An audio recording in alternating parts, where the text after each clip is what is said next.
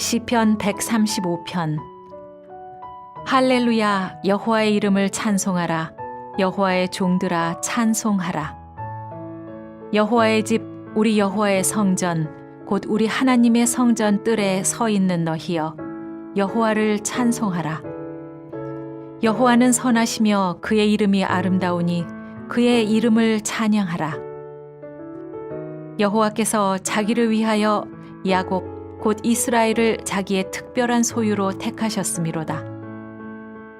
내가 알거니와 여호와께서는 위대하시며 우리 주는 모든 신들보다 위대하시도다.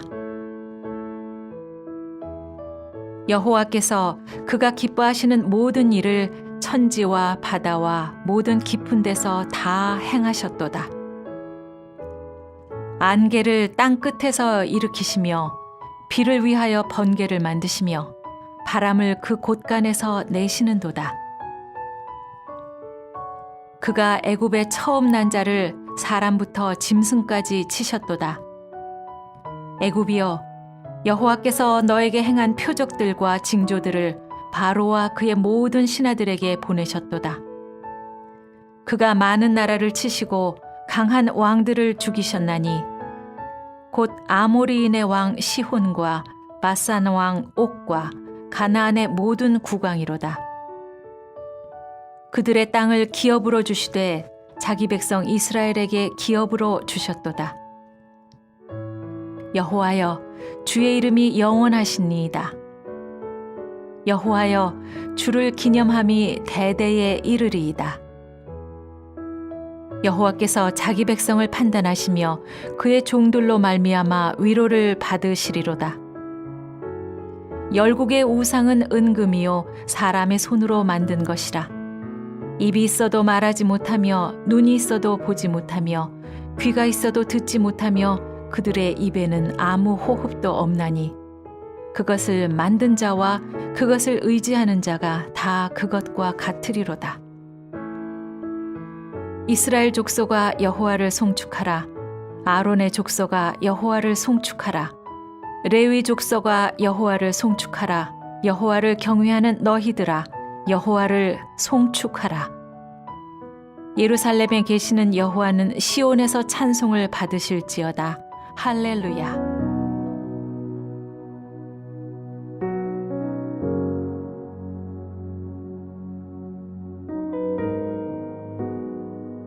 할렐루야. 오늘 하루도 하나님의 은혜 가운데 믿음 안에 승리하는 하루가 되시기를 소원합니다. 오늘 우리가 읽은 본문 시편 135편의 말씀을 보면 말씀의 시작과 끝을 할렐루야로 시작하여 할렐루야로 끝을 맺고 있는 것을 우리가 보게 됩니다. 이것을 통해 시인이 강조하고자 하는 것이 무엇일까요? 우리가 살아가는 삶 가운데서 하나님을 온전하며 영원히 찬양하는 삶이 되어야 함을 오늘 이 시편의 시인은 자신이 쓴 시를 통해 강조하고 촉구하고 있는 것입니다. 그런데 시인은 1절 말씀을 통해서 누가 무엇을 찬송해야 하는지를 잘 나타내주고 있습니다. 여호와의 종들이 여호와의 이름을 찬송해야 할 것을 강조하면서 촉구하고 있는 것입니다.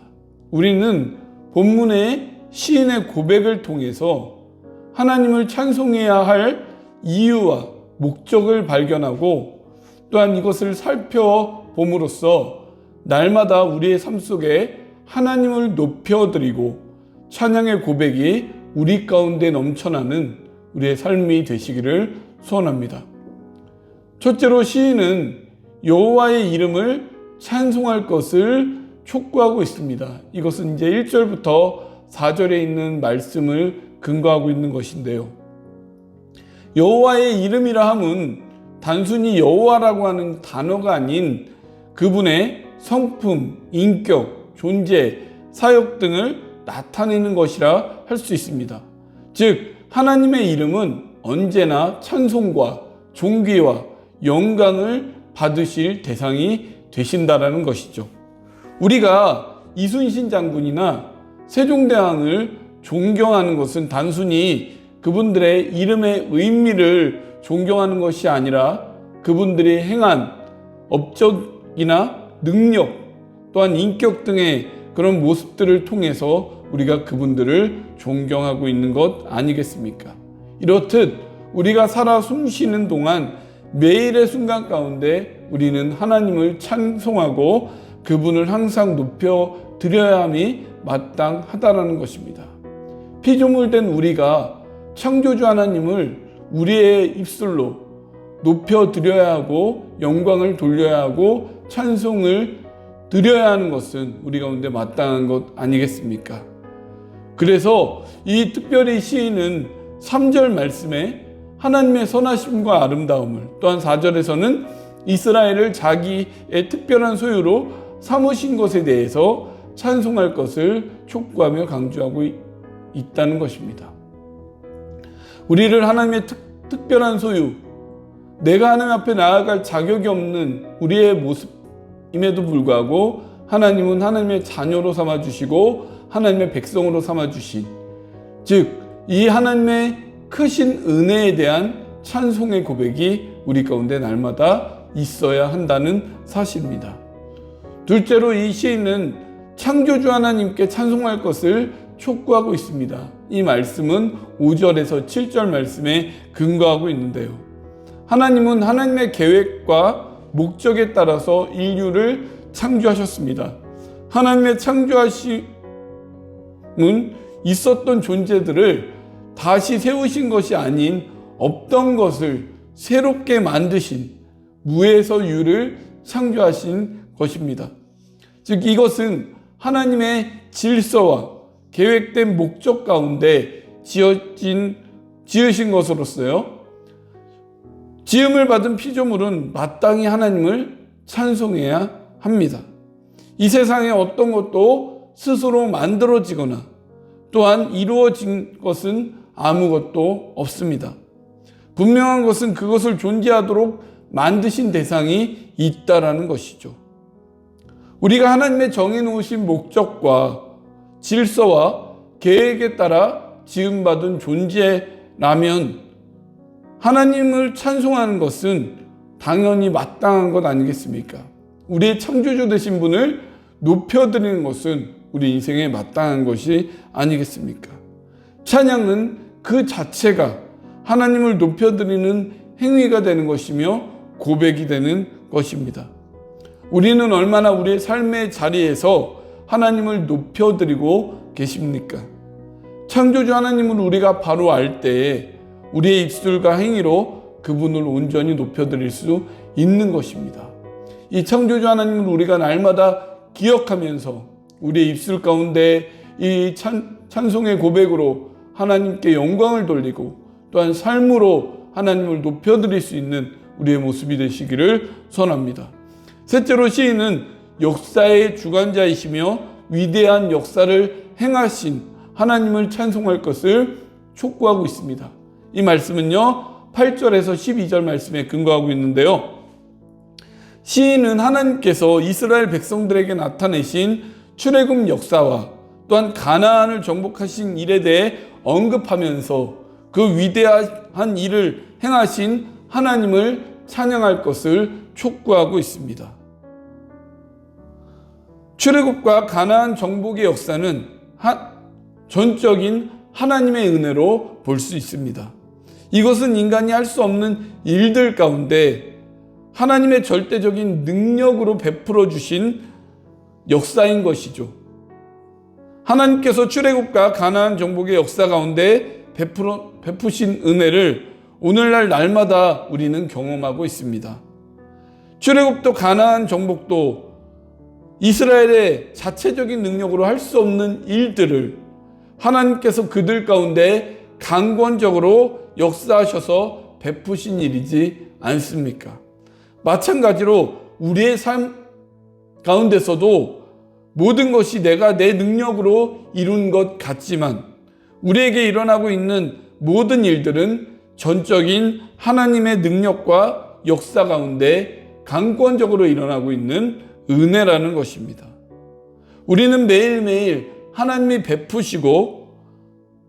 베푸시는 기적과 은혜의 삶을 살아가면서도 그것을 느끼지 못하고 감사하지 못하는 우리의 모습은 아니십니까? 8절과 12절의 말씀은 하나님께서 강권적이고 위대한 역사를 통해 베풀어 주신 은혜를 찬송하라고 강조하고 있는 것입니다.